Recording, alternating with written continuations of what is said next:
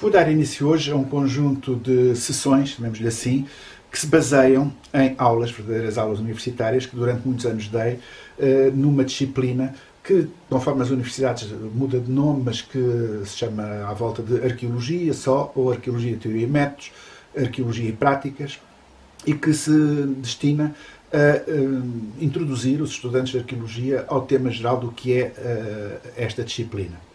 Evidentemente que procurarei nestas sessões ser mais simples, serei certamente muito mais simples, resumirei bastante as matérias, procurarei que elas sejam de linguagem mais acessível e mais apelativa e interessante para quem nos ouve, neste momento típico do tempo sem tempo em que estamos encerrados e, portanto, disponíveis para eventualmente poder alargar horizontes em direções que nos seriam menos familiares. Portanto, não há outra intenção senão possibilitar uma ocupação mais útil do tempo e espero que vos agrade, tanto como a mim me agrada, poder disponibilizar conteúdos que foram preparados essencialmente para ensino universitário. Claro que eles serão apresentados a partir dos diapositivos, das bases de imagens e de textos que eu próprio já utilizava nesse contexto e por aqui me fico porque deixarei de aparecer, ouvirão apenas o meu comentário em off por cima das imagens de textos e imagens que vos disse que irei apresentar. Bom uso e espero que seja útil para quem possa estar interessado nestas matérias.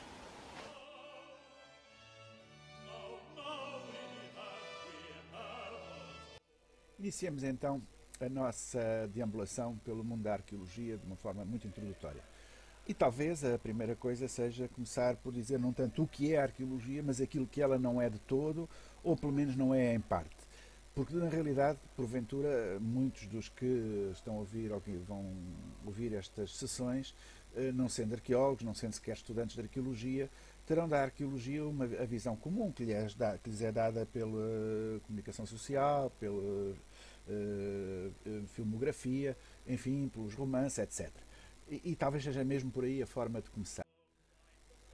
Primeiro, há uma ideia da arqueologia ligada ao mundo maravilhoso, mesmo ao sobrenatural. Reparem, o exemplo mais clássico, um dos clássicos é o de Ilha de Páscoa, em que as célebres estátuas de cabeças foram cabeças como eram normalmente percepcionadas na paisagem, foram durante muito tempo atribuídas mesmo a extraterrestres, porque não havendo ainda trabalhos arqueológicos na ilha, não se conseguia perceber como é que aqueles monólitos tão imensos, tão pesados, tinham sido transportados para as planícies ou as pequenas vertentes onde se encontravam, aparentemente sem pedra ao lado, sem pedra na própria ilha, dizia-se, não é? A própria forma antropológica, anatómica das cabeças não tinha correspondido na população atual da ilha e, portanto, tudo isto remetia para a ideia do extraterrestre como a origem das ditas estátuas. Claro que isto só durou o tempo, porque ainda por cima, como se vê aqui, apareciam muitas vezes como que depositadas por cima do chão e apenas as cabeças, em muitos dos casos, não é? Como ia dizer, claro que isto só durou enquanto a arqueologia não começou mesmo a trabalhar efetivamente o assunto e a fazer escavações, a procurar juntar estátuas, o que se passava, tendo encontrado que elas, na maior parte dos casos, quando não partidas, as cabeças pertenciam a corpos muito completos, com tipologia, inclusive étnica e também de mobiliário, correspondente àquilo que se podia encontrar em escavações arqueológicas para populações primitivas da ilha. E, portanto, nada de extraterrestres, que chegaram-se a descobrir depois as pedreiras onde os monólitos eram arrancados e, inclusivamente, fizeram-se, quer experimentalmente, quer através de alguns restos arqueológicos que se encontraram, testes sobre como poderiam ser transportadas ao longo das vertentes, desde as pedreiras até aos sítios onde eram depois depositadas. Mas esta ideia do inexplicável na arqueologia é realmente bastante forte, desenvolve muitos sortilégios, um dos mais tradicionais desde a Antiguidade, por ser referido na Antiguidade, é o da Atlântida e da localização da Atlântida e depois todo um conjunto de literatura relacionado com a Atlantis, já não a Atlântida antiga, mas outras Atlântidas que poderiam ter existido, etc. E, portanto, a existência de mistérios, lendas, de que, por exemplo, um dos domínios mais privilegiados da arqueologia também são os próprios monumentos megalíticos, que também estes, durante muito tempo, não foram, já não falo nos séculos passados, mas em épocas contemporâneas, não foram suficientemente entendidos quanto à sua origem, datação, significado histórico e também aqui pelos alinhamentos astrais, etc. Se entendeu que havia civilizações misteriosas superiores à atual civilização humana terrestre que poderiam estar relacionadas de algum modo com o fenómeno megalítico. Neste domínio há livros que são melhores e livros que são piores. Por exemplo, este Eram os Deuses Astronautas, que também deu origem depois a várias sequências, inclusivamente de filmes, é um dos mais interessantes. Mas, porventura, o maior clássico desta literatura do fantástico ligado à arqueologia e que se lê com muita utilidade, devo dizer, porque tem muita qualidade, embora, evidentemente, não pensando que estamos a ler livros de ciência arqueológica, são os livros do Jacques Bergier, designadamente Os Extraterrestres na História, ou o livro do Inexplicável. Houve, em tempos em Portugal, uma coleção de capa preta que era especializada neste tipo de título. Outros dois clássicos de Bergier, mas em conjunto com Lewis Powell, é O Despertar dos Mágicos e O Homem Eterno.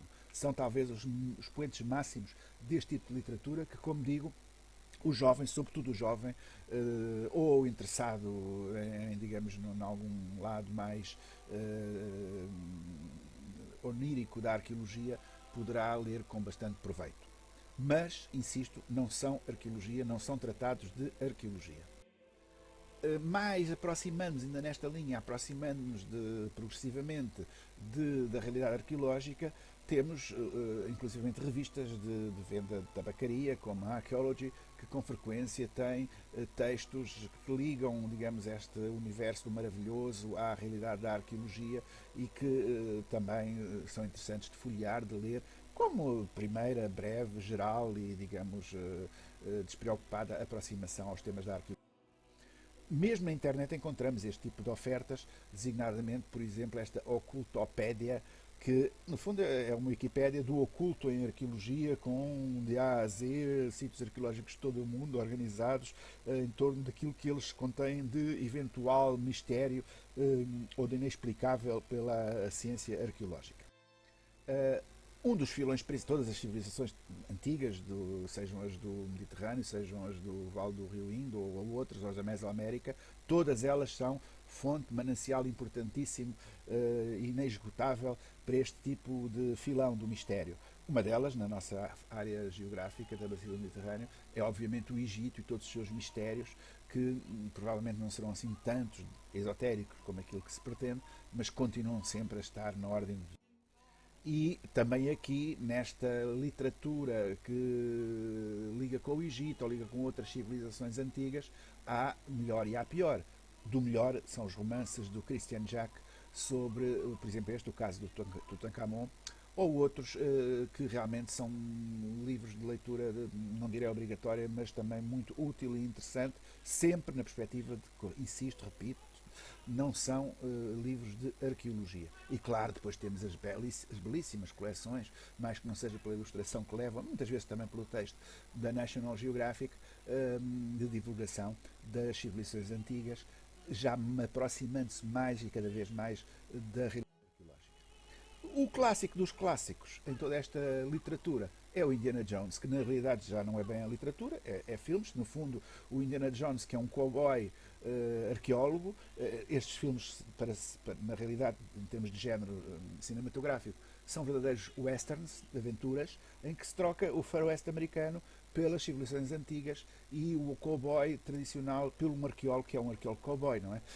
E, portanto, também são poderosíssimos elementos de divulgação de um certo imaginário da arqueologia, daquilo que não é arqueologia, que todavia só faz bem que nós possamos também ver, olhar, deliciarmos com isso, porque finalmente ninguém é constituído só por razão, mas por razão e emoção e por sonho e devaneio.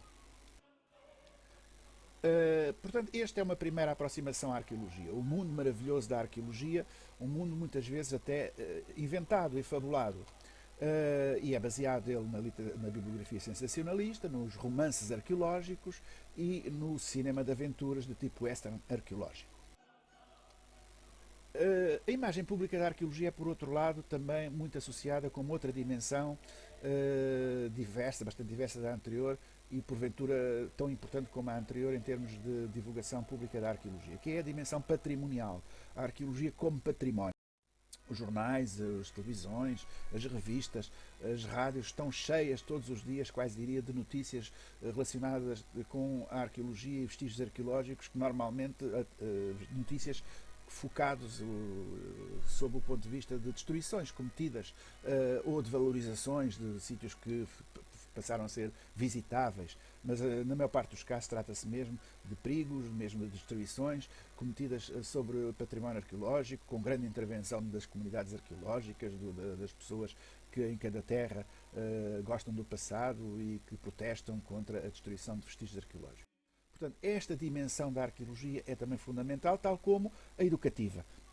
A arqueologia, a ideia da terra, do estar debaixo da terra, de descobrir debaixo da terra coisas, tesouros, vamos lhe chamar assim, ou vestígios simplesmente da antiguidade, é também um poderoso fator, sempre o foi, e digamos, de valorização da arqueologia e de entendimento do que é a arqueologia. Portanto, temos aqui este, e depois finalmente também, muito importante, também neste aspecto patrimonial, já ligado mais com o científico, as descobertas novas, efetivamente, as novas interpretações, as novas datações, os novos entendimentos que se tem de monumentos há muito conhecidos, como é o caso aqui nesta notícia de Stonehenge. As reconstituições históricas, por exemplo, são outra dimensão também interessante. Portanto, temos uma outra arqueologia, que é a arqueologia das grandes descobertas.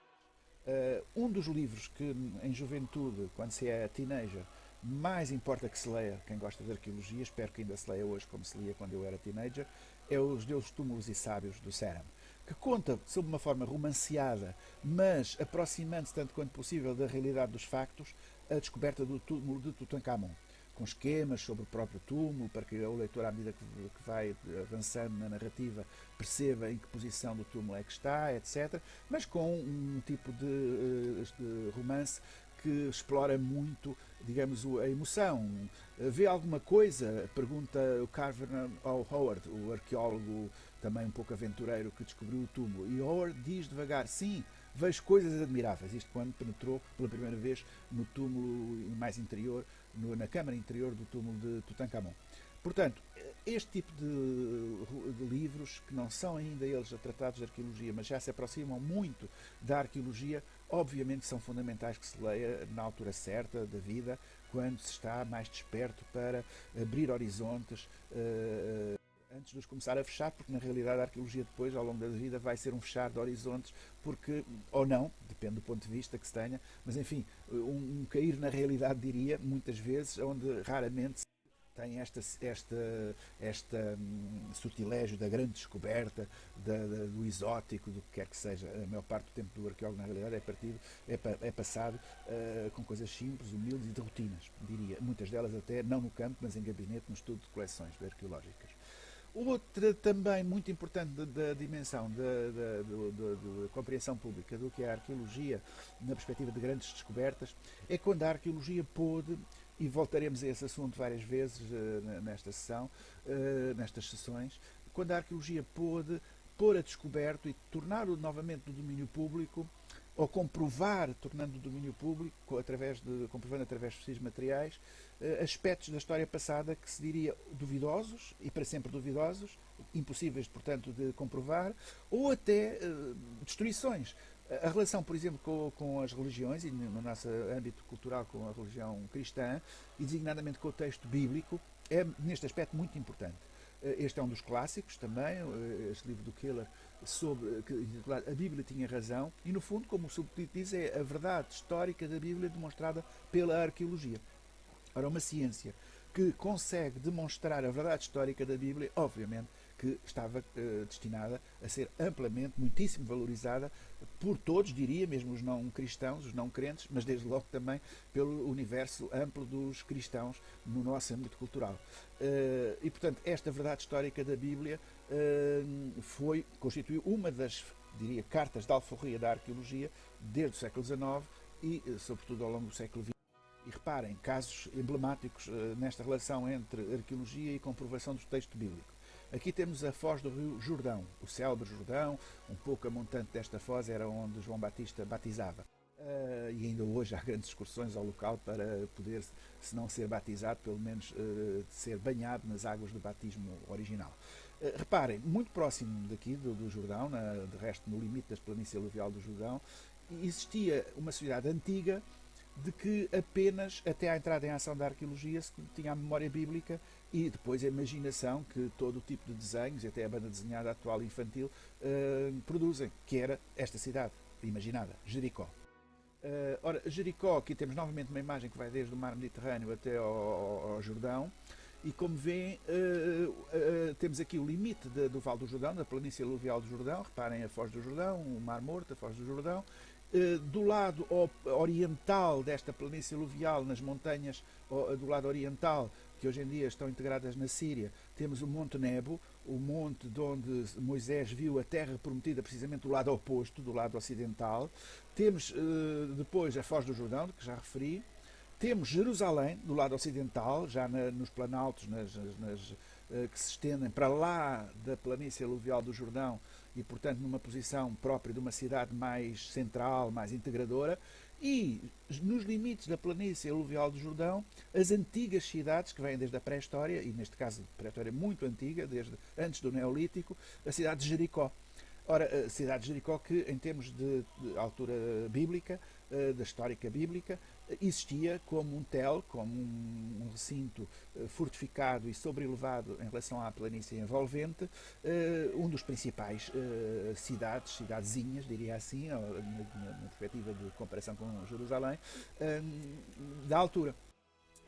E é referida historicamente, na parte dos livros históricos da Bíblia, precisamente no livro de Josué, a célebre tomada de Jericó pelos hebreus, dita de forma, digamos, mitológica, quase diria assim, que tendo sido tomada por força do poder divino auxiliando os hebreus, os sacerdotes que, tocando a trombeta em volta das muralhas, as fizeram finalmente derrubar. Na realidade, o próprio texto bíblico depois nos ensina que não foi bem assim, porque foi de facto a introdução à socapa na cidade de uma prostituta que facilitou a entrada dos corpos avançados dos hebreus na cidade, que assim puderam depois facilitar a entrada de todo o resto do corpo expedicionário hebreu.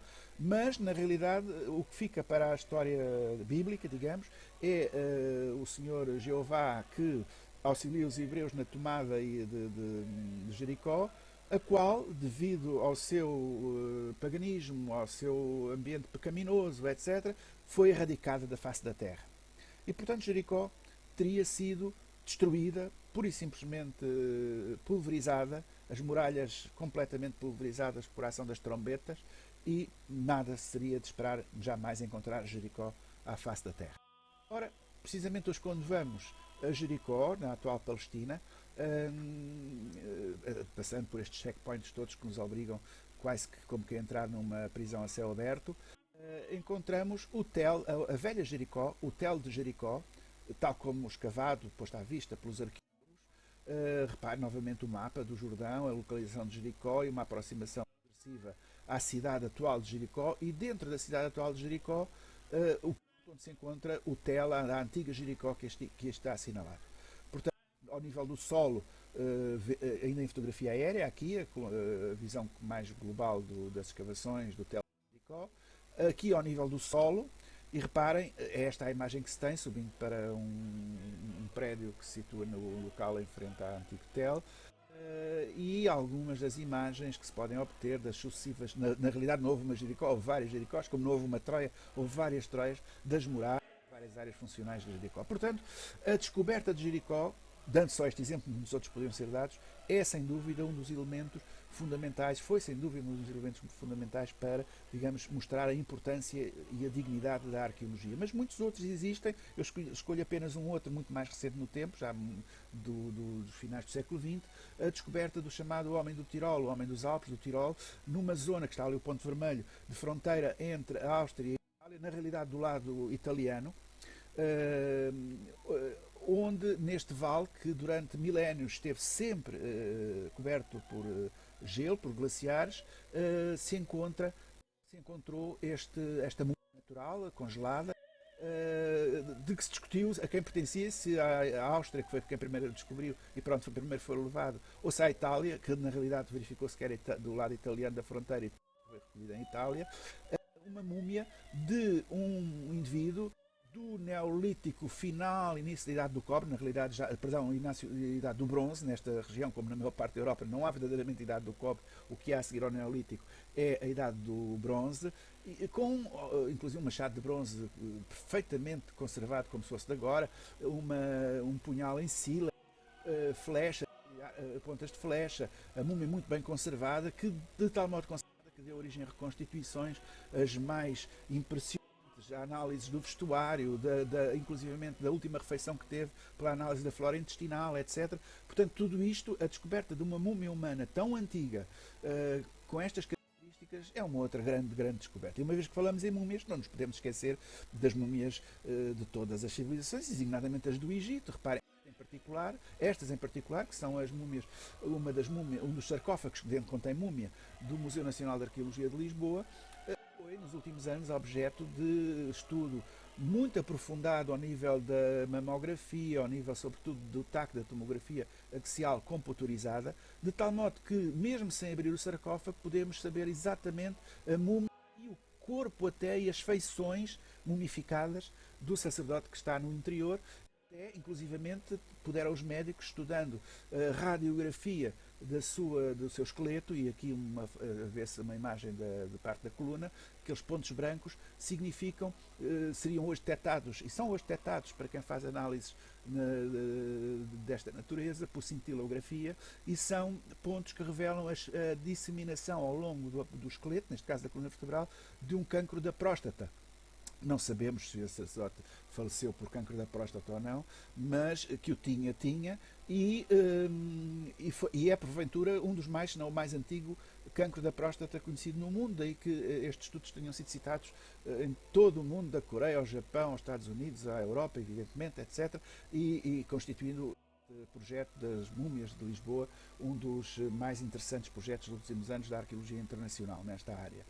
E, finalmente, também não posso deixar de referir outra dimensão destas grandes descobertas da arqueologia, que é a das origens da humanidade. A descoberta da Lúcia, assim designada por causa do Lucy in the Sky and Diamonds dos Beatles, que estava a tocar no acampamento na altura em que foi descoberta. As pegadas de Laetoli, junto ao Serengeti, junto ao vulcão da planície do Kilimanjaro, com estas pegadas no solo, que constituem quase que uma fotografia de uma primeira, vamos chamar assim, família humana, ou pré-humana, porque como vem aqui o pé grande, o dedo grande do pé ainda é um pouco afastado dos outros, na realidade não eram humanos, mas pré-humanos, Australopithecus. Portanto, a descoberta de pegadas é também tem um poder muito de grande sortilégio em todos nós, estas das mais antigas, com milhões de anos da história humana e pré-humana, tal como as outras, as mais antigas encontradas na Europa, neste caso uma praia inglesa, também com cerca de 400 mil anos, e aqui o levantamento em plantas destas pegadas, destes homos, já humanos, há 400 mil anos na Europa. Portanto, aqui, quando chegamos a estas grandes descobertas com estas características, aqui sim começamos a perceber a verdadeira importância da arqueologia. Ou seja, um antes e um depois da arqueologia. Antes da arqueologia entrar em cena, diria assim, o tempo era outro. Não se falava em milhões de anos, falava-se apenas em alguns milhares. E o espaço era outro. A própria consideração do outro, a consideração do nós e do outro, digamos, a valorização das histórias particulares de cada área do globo. Portanto, repare-se que podemos, aprofundando um pouco estas dimensões, dizer o seguinte. Esta frase que Shakespeare põe na boca de Rosalinda, este pobre mundo tem já 6 mil anos, uma frase destas significa que, para os europeus, ainda muito tardios, do século XV, XVI, XVII, XVIII mesmo, o mundo limitava-se a poucos milhares de anos, segundo a leitura da Vulgata Bíblica, que se tinha como, digamos, a percepção do tempo comum. Tudo isto, 6 mil anos, já era imenso, já tinha feito com que o mundo tivesse sofrido tudo o que sabemos que sofreu. Portanto, quando se passa de 6 mil anos para alguns milhões, 2, 3, se quisermos considerar a face pré-humana da humanidade em África, 4 milhões de anos, bom, é evidente que estamos numa outra escala completamente diferente. E ainda para acentuar esta característica do tempo curto, a percepção era de tal modo curta que ia ao ponto de, em alguns casos de exegese extrema bíblica, como deste vice-chanceler da Universidade de Cambridge, ter, digamos, lido a Bíblia de tal modo que conseguia definir com rigor o dia e até a hora, 23 de outubro, às 9 em ponto da manhã do ano 4004 a.C., quando o homem foi criado. Diziam com o humor britânico alguns dos seus biógrafos, ou diziam, que bom, este era precisamente o dia e a hora que começavam as aulas na Universidade de Cambridge. E era até simpático que o homem tivesse sido criado exatamente à hora e no dia em que as aulas começavam em Cambridge, todos os anos. E depois a questão do espaço. O espaço no sentido da valorização do outro. Reparem, este livro de Lévi-Strauss, de Claude Lévi-Strauss, Raça e História, encomendado pela Unesco, continua a ser um clássico da leitura obrigatória hoje em dia. Nos fala do conceito de etnocentrismo. Todos os povos, mesmo aqueles que pretendem que não, são etnocêntricos, no sentido em que tendem a valorizar mais a sua cultura do que as outras. Ora, a arqueologia é um dos principais agentes de consciencialização do etnocentrismo e da sua relativização. Primeiro, através da arqueologia, nós valorizamos as histórias nacionais. Percebemos que há raízes comuns de toda a humanidade e que a ideia de raça não é muito correta, não é nada correta, diria, para os humanos. Nós temos tipos, não temos raças. Raças têm os cães e os gatos. A própria ideia de povo, a relação entre povo e cultura e entre raça, tudo isto abana, digamos, colapsa através da investigação arqueológica. A existência de selvagens na Europa é outro elemento que nos mostra como devemos ser humildes perante a história. Afinal, não é só noutras latitudes que existiram caçadores-recoletores, agricultores primitivos, aquilo que se chamava no século XIX selvagens ou bárbaros. Também existiram na Europa e também os europeus o foram em seu tempo. A longa história dos povos primitivos. Os povos ditos primitivos têm a sua própria história, não pararam na história, não são pré-históricos fora de tempo, nada disso. São populações atuais, sapiens, com exatamente as mesmas capacidades intelectuais, a mesma profundidade de pensamento filosófico ou religioso que nós temos. Portanto, e finalmente, também um outro elemento também que a arqueologia contribui muito através do seu estudo é para mostrar que a identidade cultural, qualquer identidade cultural, está muito relacionada com fatores mesológicos, com o ambiente, com características ambientais. Portanto, em geral, a arqueologia é um poderoso veículo para redignificar o outro, para a dignidade geral do outro. Nos tempos mais primitivos, na Grécia, por exemplo, a arqueologia era o estudo dos tempos antigos antes da história, aquilo de que não haveria grandes surpresas, grandes conhecimentos. A história se podia estudar com documentos, com inscrições, mas para épocas mais antigas sobre as origens do mundo, das cidades, e não havia o que não tivesse grandes conhecimentos era o sentido de Platão para arqueólogo e para a arqueologia. Voltaremos a este assunto numa das próximas sessões. Em Roma, no mundo romano, o termo arqueólogo, mais do que arqueologia, que deixa-se de usar, mas o termo arqueólogo, o arqueólogo é um ator que entra em cena para recordar tempos antigos. Portanto, é um narrador, evocador de tempos antigos, é o arqueólogo. No Renascimento é que o termo é verdadeiramente reinventado, no sentido de estudo sobre a antiguidade, e é reinventado, entre outros, através de Jacques Pont, que dizia que a arqueologia era as antiguidades, e chamava-se ele próprio arqueólogo, são como que o meu jogo de cartas. Onde começa e onde acaba a arqueologia? A arqueologia é uma técnica auxiliar ou uma ciência-mãe? Reparem, alguns autores, entre os quais Taylor, um arqueólogo de meados do século XX nos Estados Unidos, dizia que a arqueologia por si não é mais do que um método, ou um grupo de técnicas especializadas para reunir informação cultural. O arqueólogo, enquanto arqueólogo, não é na realidade mais do que um técnico.